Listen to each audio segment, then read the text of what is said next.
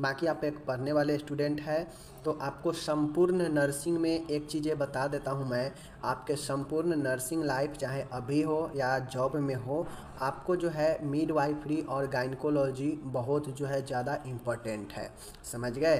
तो midwifery and gynaecology पढ़ना जानना, टर्म को जानना बहुत ज़रूरी है। तो आप नहीं पढ़ेंगे डिटेल में तो नहीं जान पाएंगे, तो इसके लिए पढ़िए समझिए तो जो है आपका अच्छा रहेगा। चलिए शुरू करते हैं। मिडवाइफरी एंड गायनकोलॉजी का है वीडियो। साथियों सबसे पहले चीज़ है, क्वेश्चन है हमारा एमटीपी। आपको एमटीपी के बारे में पूछेगा, मीन्स चिकित्सीय गर्भपात इसको हिंदी में कहते हैं। फुल फॉर्म होता है मेडिकल टर्मिनेशन ऑफ प्रेगनेंसी, ठीक है। मेडिकल टर्मिनेशन ऑफ प्रेगनेंसी ये आपके फुल फॉर्म होते हैं। तो साथियों चिकित्सा गर्भपात क्या है, इसकी अवस्था लिखना है, फेज लिखना है और इसके प्रक्रिया और जटिलता सभी चीज़ें लिखना है।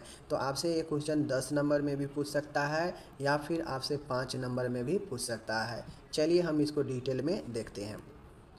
सबसे पहले जान लीजिए एमटीपी होते क्या है, चिकित्सीय गर्भपात होता क्या है।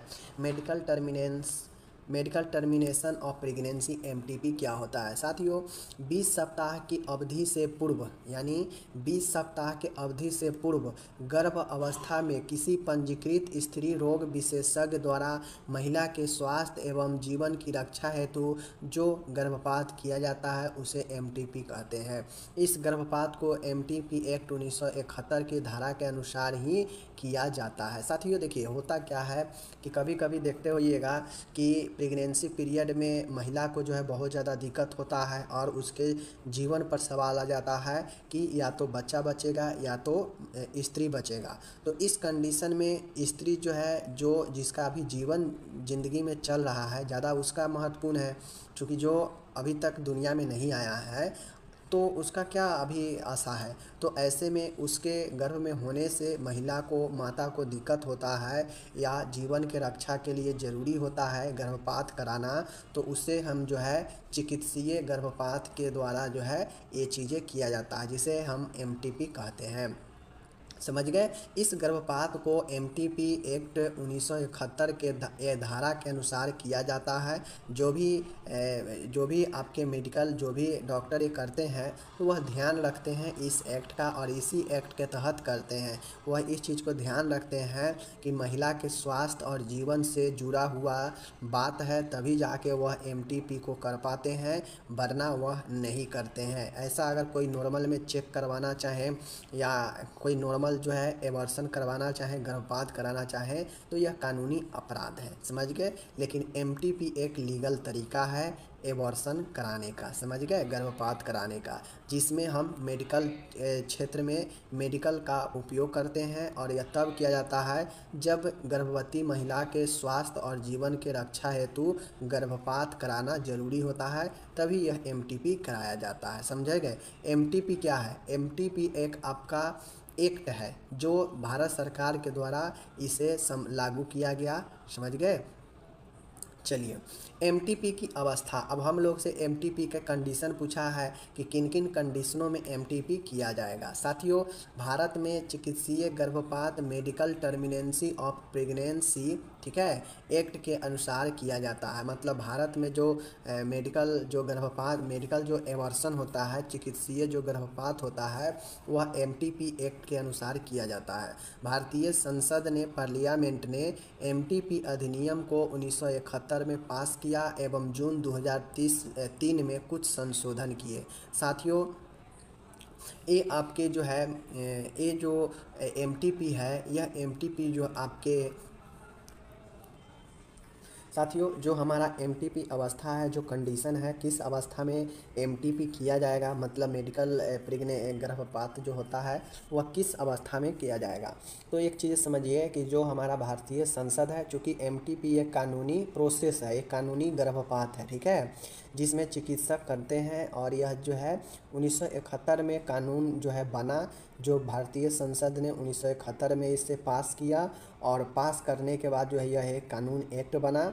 और जिस एक्ट में जून 2003 में कुछ संशोधन किए गए, मतलब एक्ट बना 1971 में ही, एमटीपी 1971 में ही बना, लेकिन आगे चल के 2003 जून में इसमें कुछ चीज़ें का संशोधन किए गया। और इसमें किन किन चीज़ों को जोड़ा गया देख लीजिए। देखिए यही सब अवस्था है जहाँ पे एमटीपी किया जाता है। देख लीजिए, वे स्थितियाँ जिनके कारण किया जाना चाहिए, ठीक है ना। ये सब जो नीचे देखेंगे ये सब अवस्था है जिन अवस्था में एमटीपी किया जाता है। चलिए देखिए, गर्भवती महिला के शारीरिक व मानसिक स्वास्थ्य को गंभीर नुकसान होने की आशंका।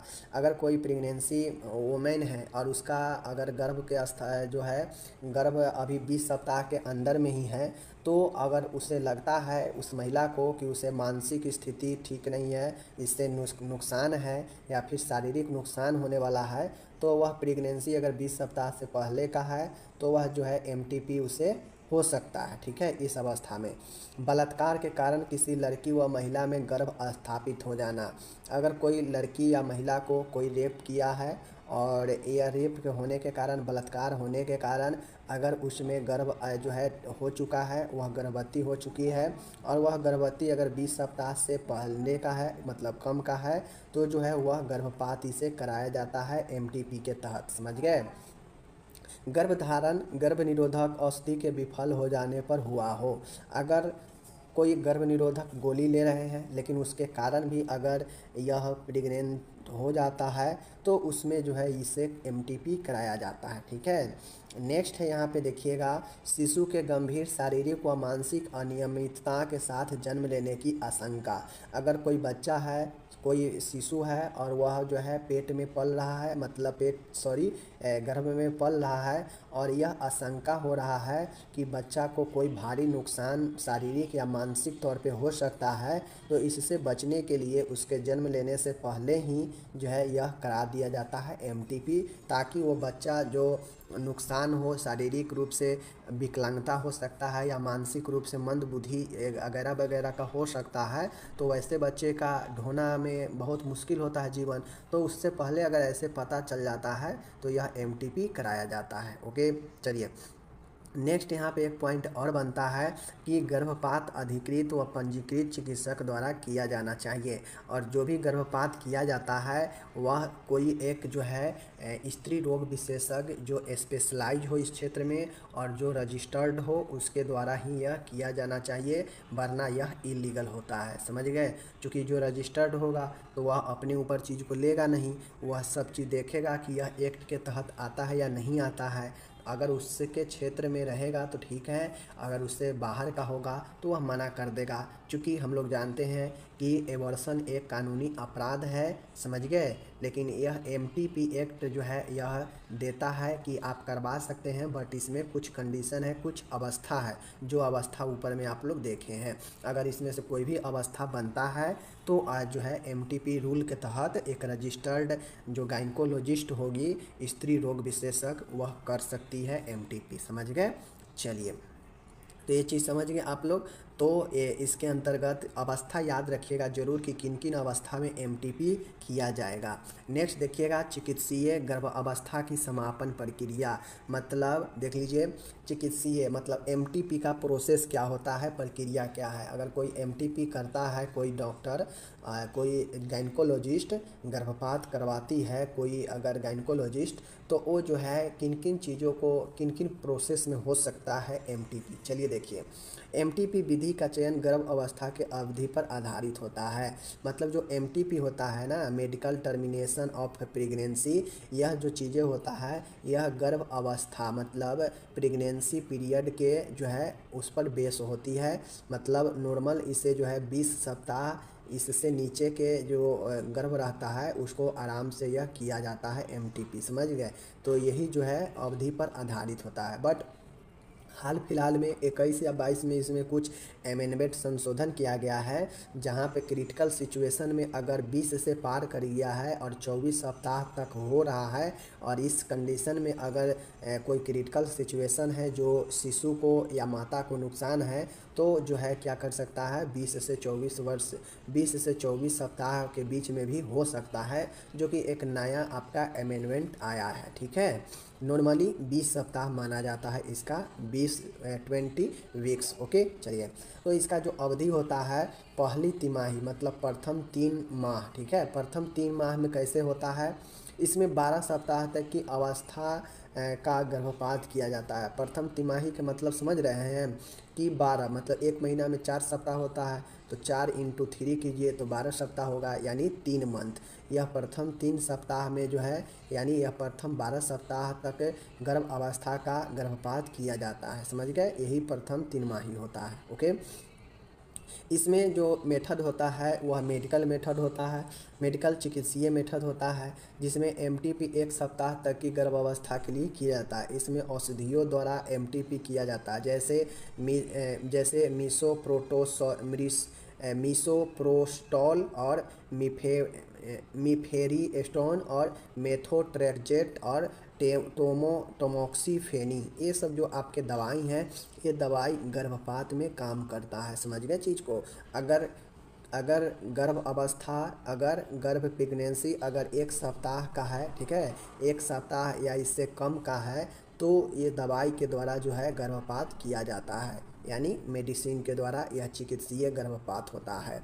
प्रथम 3 माही की हम बात कर रहे हैं। प्रथम 3 माही में अगर गर्भ 1 सप्ताह का है या इससे कम का है, तो उसमें औषधि का प्रयोग किया जाता है, जो औषधि यहाँ पे दिया गया है, आप इसका नाम देख लीजिएगा। ओके, बार बार पढ़िएगा। ये तो मैं आपको बता दिया कि एक तरीका है जिसके द्वारा अगर कोई 1 सप्ताह की प्रेगनेंसी है या इसके अंडर में है, तो कुछ दवाइयाँ हैं जिसके द्वारा वह जो है एबॉर्शन हो सकता है एमटीपी के तहत। ओके, चलिए, ये हो गया। दूसरी चीज़ें है सर्जिकल, दूसरी चीज़ें है प्रथम तिमाही में सर्जिकल है। इनमें निम्न विधियों का इस्तेमाल किया जाता है, सर्जरी के द्वारा निम्न विधियाँ होता है। एक है सक्शन एवैक्यूएशन। सक्शन एवैक्यूएशन का मतलब होता है कि इसे 10 सप्ताह तक की गर्भ अवस्था में इस्तेमाल किया जाता है। मतलब सीधा समझिए, 1 सप्ताह तक होगा तो मेडिसिन का उपयोग होगा, तो मेडिकल हो जाएगा। वो सर्जिकल होगा तो यह 10 सप्ताह तक उपयोग किया जाता है। और हम देख क्या रहे हैं, प्रथम 12 सप्ताह तक का। समझ गए, तो प्रथम 10 सप्ताह तक ये सक्शन एवैक्यूएशन का उपयोग किया जाता है। इसमें एक कैनुला को सक्शन मशीन से जोड़कर गर्भाशय में डाला जाता है। वह सक्शन द्वारा मतलब चूसन द्वारा कंसेप्शन प्रोडक्ट को बाहर निकाला जाता है। मतलब ये जो सक्शन एवैक्यूएशन होता है, इसमें होता है कि एक कैनुला होता है, कैनुला को एक सक्शन मशीन से जोड़ा जाता है। अब सक्शन मशीन क्या करता है, सक्शन खींचने का काम करता है, चूस कर। ठीक है, तो गर्भाशय में सक्शन को डाला जाता है और यह जो है कैनुला को डाला जाता है और सक्शन मशीन के द्वारा जो है खींचा जाता है। और ये जो कंसेप्शन जो अंदर बना होता है गर्भाशय में, मीन्स जो प्रोडक्ट बना होता है, उस प्रोडक्ट को क्या किया जाता है, बाहर निकाला जाता है। चूँकि ये 10 सप्ताह तक जो प्रोडक्ट होता है वह अभी रूप नहीं लिया रहता है शिशु का। ठीक है, तो यह प्रोडक्ट को निकाला जाता है। समझ गए चीज़ को। चलिए, एंड नेक्स्ट है यहाँ पे देखिएगा डिलेशन एंड एवैक्यूएशन। ठीक है, डिलेशन एंड एवैक्यूएशन। देखिए, इस विधि का 6 से 8 सप्ताह तक जो है गर्भ अवस्था में इस्तेमाल किया जाता है। मेटल डिलेटर्स की सहायता से सर्विक्स को फैलाया जाता है एवं गर्भाशय गुहा में कंसेप्शन प्रोडक्ट का एवैक्यूएशन किया जाता है। ठीक है, देखिए, होता है डिलेशन एवैक्यूएशन का मतलब होता है कि इस विधि में, चूँकि यह सर्जिकल मेथड है, तो इसमें एक मेटल डिलेटर्स का प्रयोग किया जाता है। मेटल डिलेटर्स क्या करता है, डिलेटर मतलब होता है, समझिए, फैलाने वाला। ठीक है ना, तो मेटल जो डिलेटर्स होता है वह क्या करता है कि जो सर्विक्स जो गिरीबा होता है यूट्रस के नीचे, उस सर्विक्स को फैलाता है, डिलेट करता है, और फैलाने के बाद जो है वह मेटल को गर्भाशय गुहा में भेजा जाता है। और भेजकर जो प्रोडक्ट बना होता है, उस प्रोडक्ट को उसी गर्भाशय के अंदर ही एवैक्यूएट कर दिया जाता है, एवैक्यूएशन कर दिया जाता है। समझ गए, नष्ट कर दिया जाता है। और ये जो डिलेशन एंड एवोकेशन होता है यह 6 से 8 सप्ताह में होता है, इसको याद रखिएगा। तो ये आपके 2 विधि हो गया, ठीक है, प्रथम तिमाही में 2 विधि हो गया। अब नेक्स्ट है यहाँ पे देखिएगा दूसरी तिमाही। अब हम लोग प्रथम 12 यानी प्रथम 3 महीने का देख लिए कि 1 महीने, उसके बाद 10 सप्ताह, उसके बाद 6 से 8 सप्ताह के अंदर 3 विधि से किया जाता है, समझ गए हम लोग, जिसमें एक मेथड मेडिकल और दूसरा सर्जिकल, चीज़ को समझ गए। एंड अब दूसरी तिमाही यानी कोई अब 12 सप्ताह के बाद जो है 12 सप्ताह तक तो वो प्रथम तिमाही हो जाएगा। तो अब 13 से 20 सप्ताह तक गर्भ अवस्था का गर्भपात किया जाता है इसमें दूसरे तिमाही में, ठीक है। दूसरे तिमाही में कितने से कितने अगर प्रेगनेंसी पहुंच चुका है तो उसका होता है, तो 13 से अगर 20 सप्ताह का प्रेगनेंसी हो चुका है तो इस कंडीशन में जो है किया जाता है, यानी 3 महीने तक तो प्रथम तिमाही होता है, 3 महीने से लेकर 6 महीने तक अगर रहता है तो इसे जो है दूसरी तिमाही में लेते हैं। जैसे देख लीजिए 13 से 15 सप्ताह की अवस्था में D&E जो है D द्वारा गर्भपात किया जाता है। D&E का मतलब होता है डिलीशन एंड एक्यूवेशन, जो ऊपर में आप देखे हैं, समझ गए ना, D&E यही होता है डिलेशन एंड इवैक्यूएशन, समझ गए चीज़ को। चलिए तो वही है, पहला है कि 13 से 15 सप्ताह की अवस्था में, मतलब जो 13 से हम लोग 20 देख रहे हैं ना, इसमें भी अलग अलग बांटा हुआ है। प्रथम जो 13 से 15 होगा तो इसमें DE द्वारा गर्भपात किया जाता है, जो कि DE ऊपर वाला है, ठीक है, डिलेशन एंड एक्यूवेशन।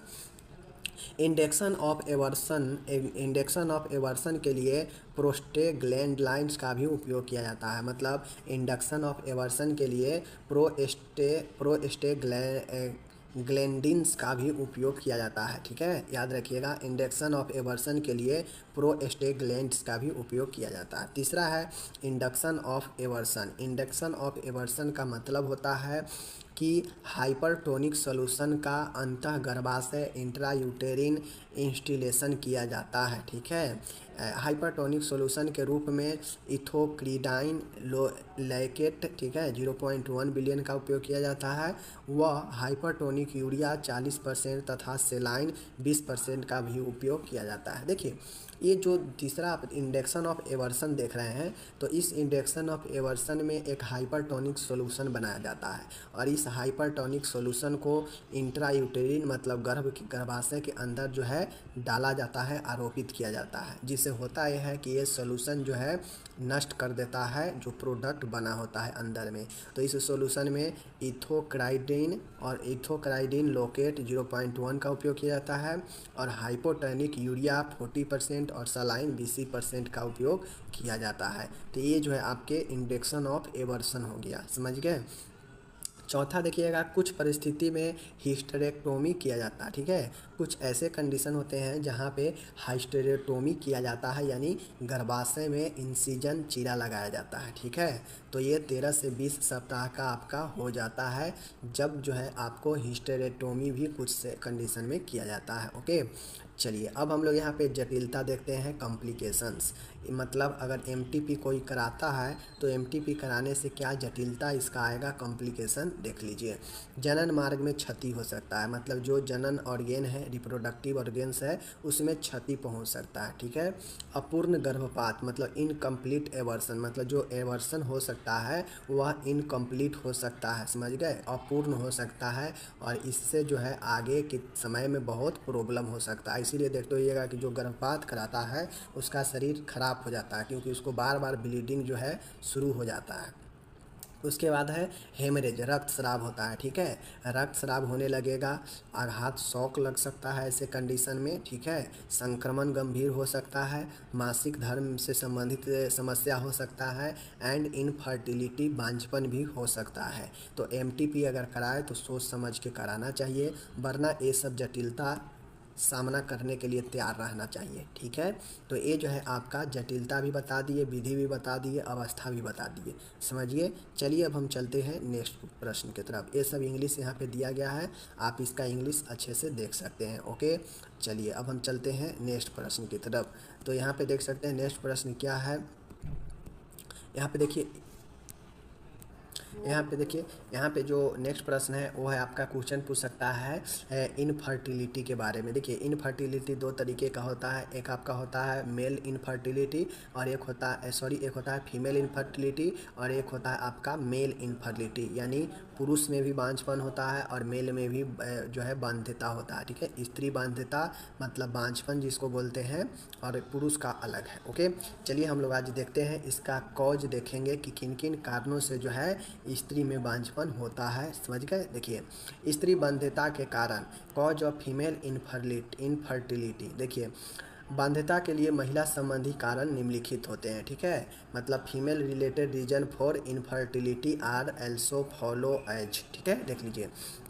पहला है डिफेक्टिव ओवुलेशन, असमान डिम्ब क्षरण। ओवुलेशन मतलब क्या होता है कि ओवुलेशन मतलब क्या होता है कि डिम्ब का बनना, अंडा का बनना। ठीक है, तो असमान डिम्ब क्षरण यानी डिफेक्टिव ओवुलेशन मतलब जो ओवुलेशन हो रहा है वह जो है निष्क्रिय हो रहा है, उसका कोई काम नहीं हो रहा है। ठीक है, पहला है अंतस्रावी विकार। ठीक है, पहला देखिए डिफेक्टिव ओवुलेशन है मतलब असमान डिम्ब क्षरण, तो इसमें बहुत सारे प्रकार है। पहला है अंतस्रावी विकार, इंडोक्राइन डिसऑर्डर। अब चूंकि हम लोग जानते हैं कि हमारे शरीर में विभिन्न प्रकार के हार्मोनल जो है सेक्स और जनन क्षमता को लिए उत्तरदायी होता है, तो ऐसे में किसी महिला में अगर समस्या हो रहा है बांझपन का, तो पहला उसका समस्या जो प्रकार हो सकता है वह डिफेक्टिव ओवुलेशन का हो सकता है, असमान डिम्ब क्षरण का हो सकता है, जिसमें महिला का जो अंडा है वही सही से नहीं बन पा रहा हो या वह नष्ट हो जाता हो, तो यह कहीं ना कहीं इंडोक्राइन विकार के कारण हो सकता है। समझ गए?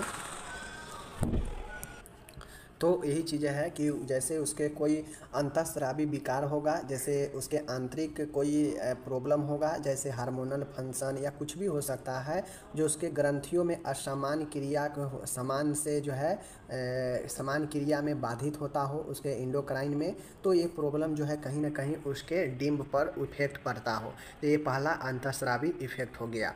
जैसे देख लीजिए, पहला में है pituitary gland, thyroid gland, hypothalamus gland और एड्रीनल ग्लैंड।